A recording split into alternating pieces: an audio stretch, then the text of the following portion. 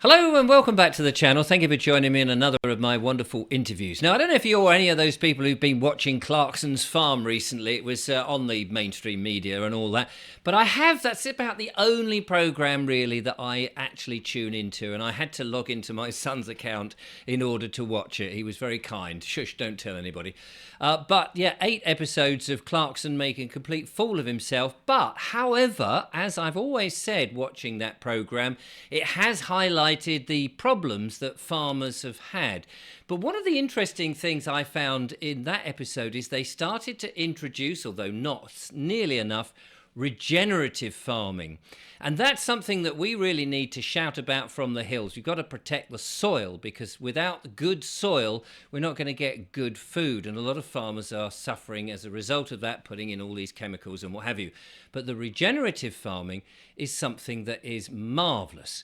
Now, exponents of this style and small-scale farming and people who are doing that are, of course, Katherine McBean from the Farmers Food and Farming Alliance. You'll get it right there eventually. And, of course, the bowler-hatted farmer, Mark Byford, both of which are going to join me today for our little discussion about how we can get the message out, ambassadors and all of that. And they join me now. Hello to you. Well, Mark's up on my screen, first of all. So hello to you, Mark. Richard, good morning to you, sir. How are we? I'm very well down here in jolly sunny Worthing on the south coast. Well, it's not sunny today. It's actually freezing cold and the cloud is over and they're doing their business up in the skies. Katherine is also there. Hello, Katherine. Hello, good morning. How are you, sir? Yes, as I was just saying, Mark, cold, thanks to the strange atmospheric conditions that we all seem to be suffering this year more than most. But anyway, we're going to talk about farming.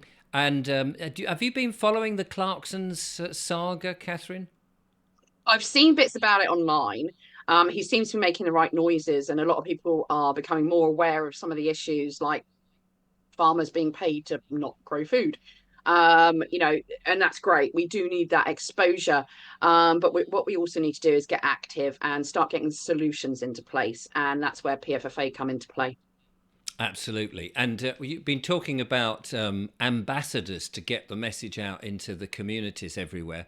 And of course, Mark is one of those who has been doing that. Mark, what kind of role have you been arm twisted into doing with your ambassadorship? No arm twisting here, Richard. It's been quite good, Richard. I've taken the time to go out and meet with local farmers, producers. Obviously, we've set up our own food hub and shop, which you came and saw. And that's going really well, isn't it? I mean, I'm really amazed how well that is going. It shocks me every time I count the money out, and you sort of think to yourself, this is now for such an insignificant little shed on a trailer on a farm gate. You wouldn't think it's possible for it to take the money it is. And I think a lot of that is people kicking back against the system, Richard. Yeah, I know, it's absolutely amazing. And so, yes, so more ambassadors talking about the sort of low-level I'm going to say low-level, but I mean the big farmers, they have problems because they're backed into a corner with big contracts and monoculture, and it's not really helping in the immediate, now when we need it. And of course, they're not necessarily making the ideal food that we want. No, I think that is the big thing that's going to come out of all these changes, Richard, is obviously from my side, I've been talking about this now for some time. Obviously, met with Katherine and her team, now working with them, work with the Land Workers Alliance as well.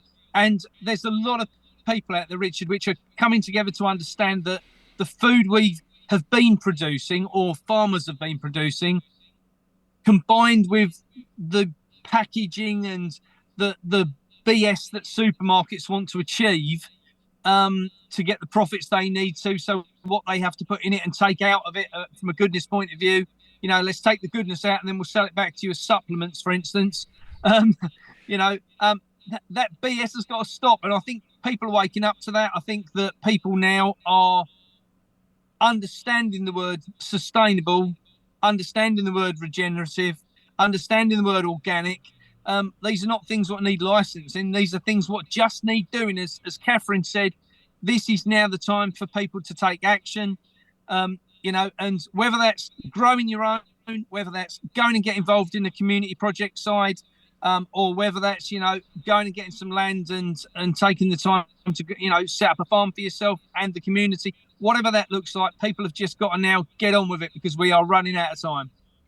No, absolutely. And you say get involved with local community projects, and we want to see more of those. I've got involved with My Little Farm, it's called, which is near Ditchling in East Sussex. They've got pigs, little piglets. They've got 2 sows and 2 boars. And we've been digging wallow holes and making shades, scratching posts and all that. And the other day we were out there weeding the potatoes and getting rid of thistles, which seem to be very prominent on that bit of landscape. Did you chuck them to the pigs, Richard? Yeah, well, we've put them all. Yeah, they are ready for the pigs. Yeah, they're all in a bin, ready to go to the pigs. Pigs love thistles. Do they? Yeah. Oh, well, they'll be well at home with all of that. So, Katherine, we've got to shout this message, and ambassadors clearly seems to be a good method of doing it. What is the role of the ambassador for the PFFA?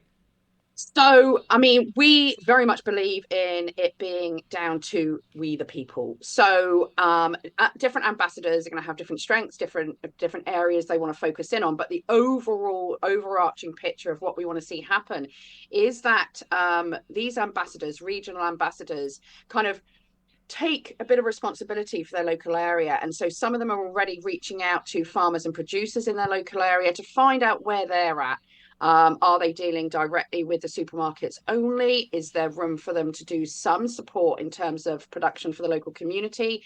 Are they interested in moving away from the supermarkets and becoming more independent? Maybe they want to move from a monocrop product culture into a more mixed farming approach.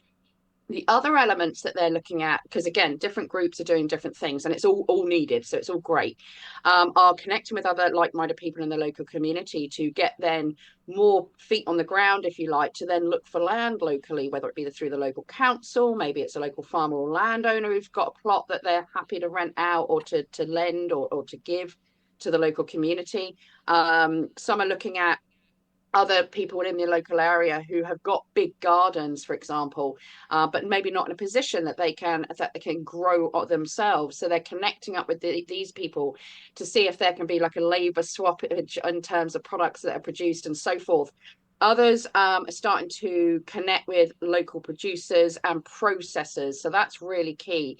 Because a lot of the food that comes from farm, you can't necessarily take that straight to plate. Some of it does need a very mild element of processing.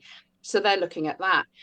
It's what we're looking to do at PFFA itself is we're looking to put together a map whereby we can plot all of the ambassadors so people can find their contact details, where they are and what they're doing, as well as local food hubs. And so that will be coming through shortly. So you'll be able to very quickly identify who's in your area and what they're doing. Can you jump in and support that? Or are you in the next door community whereby you can become an ambassador and work together? This isn't about competition. This is about collaboration, work together. The group we've put together very, very quickly, it's fantastic. We've got about 30 already, and they're already holding their own Zoom meetings. It is about us not interfering massively. This is about the people, but we'll be holding a monthly Zoom update with them.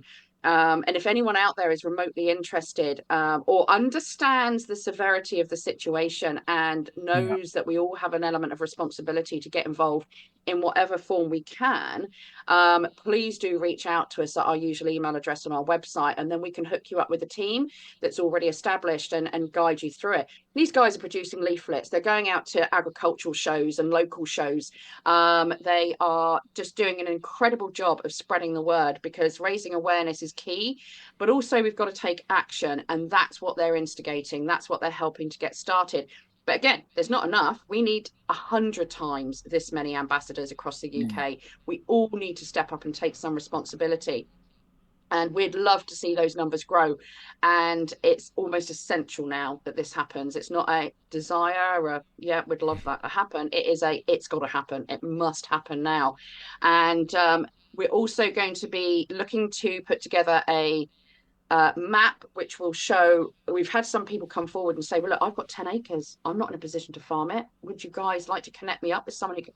Yes, we would. Hello, that'd be lovely. So we're going to look.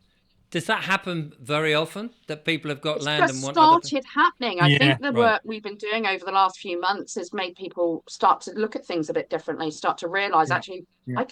I've got some land, I can do this. Yes. So what we're doing is going to be putting together a map in a kind of matchmaker situation. So those that are looking for land to farm or to work on can get together with those that have land, but maybe aren't in a position to take care of it themselves, or certainly could do some help and support.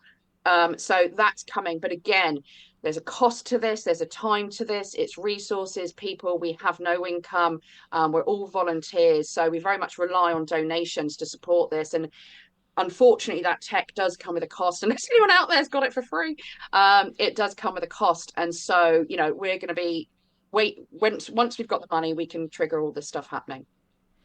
And one of the problems that, I mean, certainly from our point of view, Julia and I, who are looking to buy some land, the land itself is not so much the issue. There's lots of little plots of land being divided up.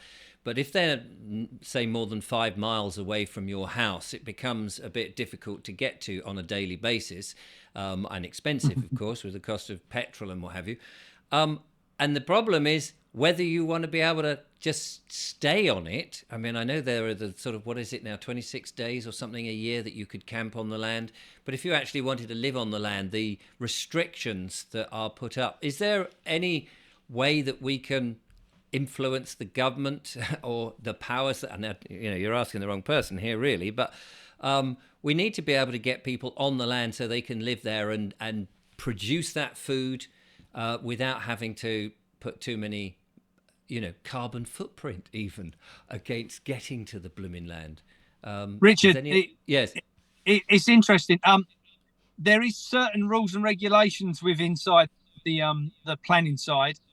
If you keep livestock or birds, anything like that, then you are entitled to be there to look after said animals once you get above a certain amount. You're entitled to live on the land if you're fruit picking at the time. So seasonal picking brings with it limitations to be able to live on the land. So if you set a variety of crops, you might be potato picking, rhubarb picking, apple picking, pear picking, plum picking, strawberry picking, whatever picking you might need to do. There is regulations within there that could probably get people a big percentage of the year on the land. right. And is that in temporary housing or in permanent? I would say temporary, because it all fits into the. Don't get me wrong, someone with a camper van, for instance, or a caravan, who's happy to live in that accommodation would not have an issue to do that for probably 40 weeks a year. And you'd only have to worry about the other 12 weeks if the council complained. If no one complains, you've got nothing to worry about. Just have to live in a lay-by then. Yeah. Go on or you go on someone else's farm and you stay there and for 12 rotate. weeks. Yes. Yeah. Yeah. I mean, this is the other thing, isn't it, Katherine, that we're having to be incredibly creative in how we do these things in order to get round draconian rules and regulations, which really and truly do need to fix. To change so that we can fix this country and get back to a more wholesome place. Well, it depends on your attitude, doesn't it? I mean, I think the time is coming personally when enough people are going to want to step outside of the matrix, step outside of the constructs of society that we're being, or we felt we're forced to live within, because they make it very difficult otherwise. And again, it comes down to a numbers game. For me, we reach a point, and it will come where enough people say, I don't care anymore. I'm going to do it. I'm going to do it. And if there's enough people doing that, what on earth are they going to do to stop it? That there's very little they can do to stop it. It might start with, we have to be in mobile units. It might be another thing. You can live on the land if you're producing charcoal, for example, and it doesn't take much to set that up. And you don't have, it doesn't, there's no boundaries as far as I'm aware of how much charcoal you have to produce. I could be wrong. That could have changed. There are ways. And we do have to be creative, but it does beg the question: at what point do we say enough? At not what point do we say no, we're not playing these games anymore. We're trying to feed ourselves. This is our natural, God-given right, is to be able to feed ourselves, and we're not harming anyone. We're not causing destruction on the land. We're not being in any way toxic or damaging to the world around us. And common sense has to kick in. And we've seen Yeah. over the last few years, we're moving in that direction. More and more people are becoming aware of their sovereign rights. They're becoming aware of the ridiculous control mechanisms that are in place. And very soon, people are going to start flipping the bird at those and saying, nah, not playing that game anymore. And once you reach a certain peak number, and I don't know what that is, but I know I'll feel it when it comes. Once you reach a certain peak number, enough people are going to say, no, sod it, we're doing it anyway, and are going to carry on regardless. And I'd love to see them enforce that at that point. But this is a battle. It is a push. We're not here breaking any laws. It's very important that we understand we have every natural right to feed ourselves. We have every natural right to grow food on the land around us, as long as we're doing it in a natural and supportive way. And the more that people realize this, the more they're going to have a lot of trouble enforcing it. I think they're going to try and throw the bird flu thing in the mix soon. I think that they are using that as an opportunity to eradicate the number of poultry we keep, but not only the poultry. If you look at the stories, they're alleging that this can be passed on to cattle, and that's what they're after. I don't think they give a Yeah, stuff about the poultry quite so much. I think they're I after our agree. livestock. And as a result of that, we may have to push back even further. I've kept a little campaign in my back pocket for about 3 years now called Guard the Gate. And should it be necessary, we might have to pull that out the bag. They are not touching our livestock and our poultry. But sure as heck, they shouldn't be touching anything that we grow or we rear ourselves, as long as it's been done soundly and ethically. So Yeah. things are changing, times are changing, but it's important that we all find our role in this and we all get actively involved, because it isn't going away by just sort of sticking our fingers in our ears and hoping for the best. It's absolutely something we should address. But this year has been phenomenal. You know, it's been a massive shift in people's mentality, a massive shift in people's activity through PFFA Grow Your Own. I mean, we've got a Grow Your Own membership that's just come out. Go and have a look at that. People really want to get actively involved, and that's the great news, is how aware people are becoming, how proactive they want to be. And like these ambassadors, I thought we'd get 5, we've got 30 straight away. Fantastic. But we need 100 times that number spread across the UK, to make these connections, to make these links, to bring people together, to find the solutions, to put the infrastructure in place. And whilst that might seem overwhelming, if everyone just takes responsibility for their little area, their little community, that local action will have a national impact, which will penetrate and ripple out. And it'll end up going across the world, I think, as people start to realize just how powerful they are, and they can lawfully grow their own food and help supply others around them. Well, I've been reading a book on pigs, because I've been working with pigs recently, and I love pigs. They look great. And one of the things in the book it was talking about is, you know, if you've got a couple of pigs, that's great. You're going to have plenty of meat for yourself, and you might sell a little bit to a few friends and family. And then it talks about, well, you know, you might get so ensconced in the hobby that you want to buy several more pigs, and you find that you can sell it to a few people, and then before you know it, you've got some sort of business. But have you got the customers to support that business? Because, you know, each pig is quite a few customers that you need to suddenly add to the mix. So it made me think about, well, people want to do all this stuff. Where can they get, once they've grown the food, they need that outlet. They need somewhere so that the people who are busy with other things in life, who are unable or can't grow food or don't want to get involved or want a bit of a pig and a cow and a tomato, we need other places to sell it through. And I know that you've been talking about hubs for this as well, Katherine. Yeah, Absolutely. yeah. I mean, Mark's probably had more proactive experience in this. I haven't set one up locally myself yet because I'm just so busy at the moment. I need to do it, but absolutely. And these are community run. These are about the people. I mean, but then if the hub feels overwhelming, which it could do right now, it's almost then it's just again it's a matchmaking connection game. I know two ladies locally. One rears pigs on a small, very small scale. One rears lamb. I'd get half a lamb for 50 quid, half a pig for 40 quid. That is incredible. They're still covering the cost it's taken to rear the pigs, but what it does, it means they're supplying their own meat to themselves at no cost. By selling the excess, they're covering the cost of rearing their own meat. So they get their meat for free. Absolutely fantastic. Everyone's a winner. But you can do it that way and start with connections and then getting word out.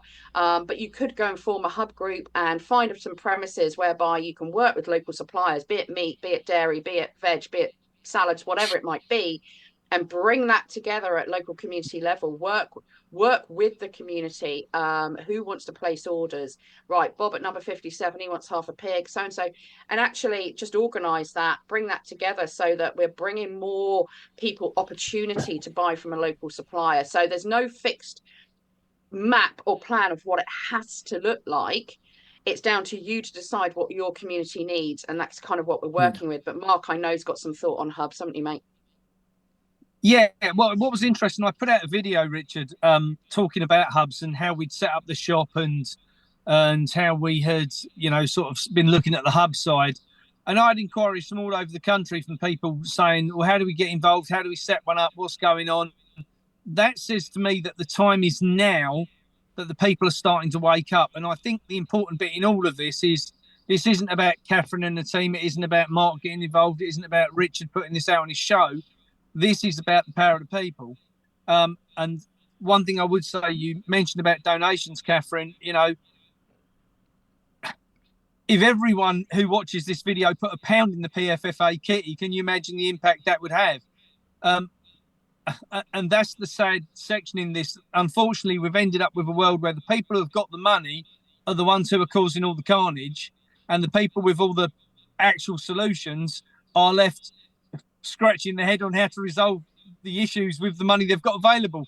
And that's what I love about the hub side, because we built the shop on the farm here. They had a trailer what wasn't being used. They built a shed on top of it. We kitted it out with, and it's now taking sort of £1,500 a week.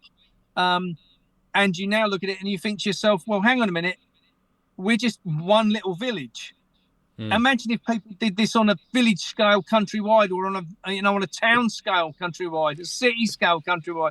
It would pull the supermarket's supply chain and system to the ground instantly. And you don't need a great deal of money to be able to do it. You don't need a great deal of support to do it. I got mine off the ground really, really easily. All right, unfortunately, I work in the fruit and veg wholesale trade, but it was a few £100 to get it rolling, really.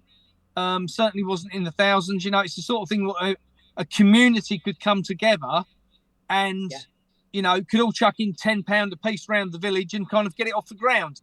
But what I would say on the back end of that, what would be lovely if people could donate, like I say, even if it's £1 a person, Richard, would be lovely is for us to be, as the PFFA, to be able to assist the setup of those hubs for the point of speed, because I don't know about. I'm going to say pretty confidently here that I'm sure both of you agree with me on this statement, and probably a lot of your viewers as well as mine and Katherine's as well. Time is of the essence here, and I believe that in a very short space of time, and I've been banging this drum for some time now, like yourself, Richard and Katherine, we're up against the timeline that I see by Christmas we will see food shortages. And that worries me as a father, as a grandfather, and I don't want that to happen. What I want to see is the people. We're now in the absolute prime time of growing. So if we grow too much, so what? Pickle it. Turn it into jam. Turn it into chutney. Whatever you need to do, get the freezers full. Stockpile that food now, and we can all be involved in that, and we can all be involved in the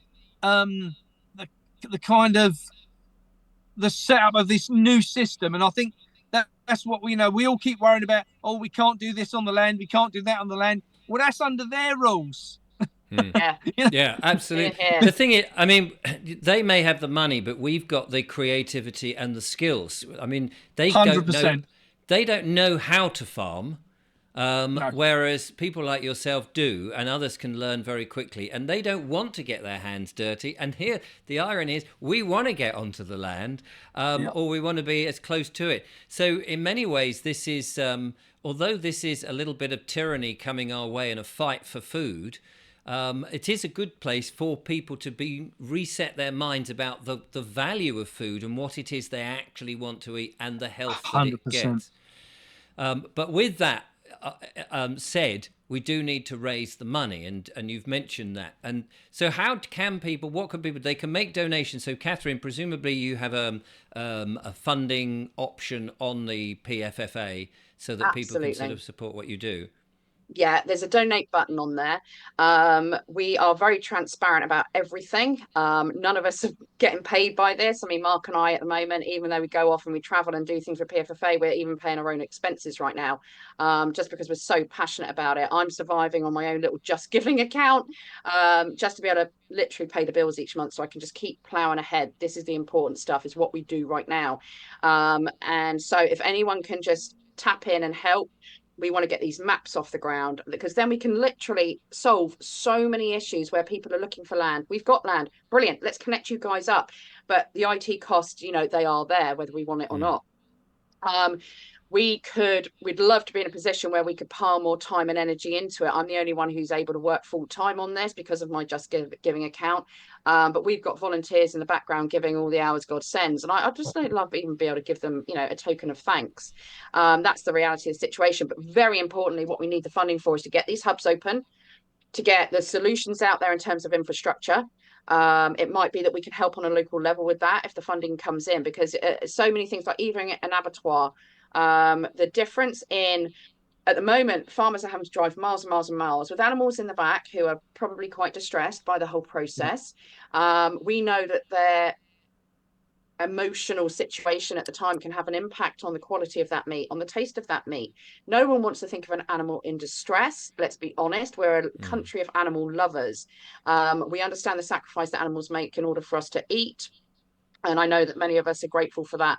And so we want to make this as smooth a process as possible. We'd love to see the reopening of local abattoirs, and we'd love those to be cooperatives, be community owned along with the farmers. And we'll have a better quality of meat. That farmer knows they're getting their own meat back. We know that the standards are incredibly high. But in order to do that, we need some funding. We need to be able to get these abattoirs open. PFFA have got so many plans, so many ways with which we can help. I mean, I said to Mark not long ago, if we had our hands on this DEFRA budget, we'd be done in a year. We'll be done and dusted. We don't have that funding right now, so we've got to do what we can with what we've got. But if anyone out there is able to help, please do. I can only assure you 100% this is absolutely going to be thrown back into making sure we get these changes moving and we get these sensible, common sense solutions in place as swiftly as we possibly can, because it has to happen. Like Mark said, we're up against the clock. Let's give ourselves maybe 6 months max before we need to have these solutions fully in place. And in order to do that, unfortunately, the reality is that it needs funding. Simple as that. Yeah, absolutely. And this is not just a fight for food; it's a fight against time, as Mark has said. We know that all sorts of things are escalating around the world, most likely manipulated to do things. And of course, it's not helped by the weather manipulation that's going on, which is affecting farmers and has affected them at the beginning of this year with all that rain. Any final thoughts, Mark? I think from my side, Richard, the importance here is to just get on with it. And people, if someone's got a passion for food, like myself, my big heart desire and passion is all around food as a whole, and not just about the fruit and veg side. That's my big passion. But if someone's got a desire to make sure their kids are fed, their grandkids are fed, then now's the time. Step in as an ambassador, get out and talk to farmers, get out and talk to growers, producers, manufacturers of food. Not the big ones. We're not interested in the shite they sell. We want to get down to the little lowercase, something was produced on a farm in the village, in the small towns and things, and get that stuff out to the public en masse. I think my big thing in all of this is people need to get involved and spread the word. That's the big thing what needs to come out of this. Let's bring the system down, because the system's broken anyway.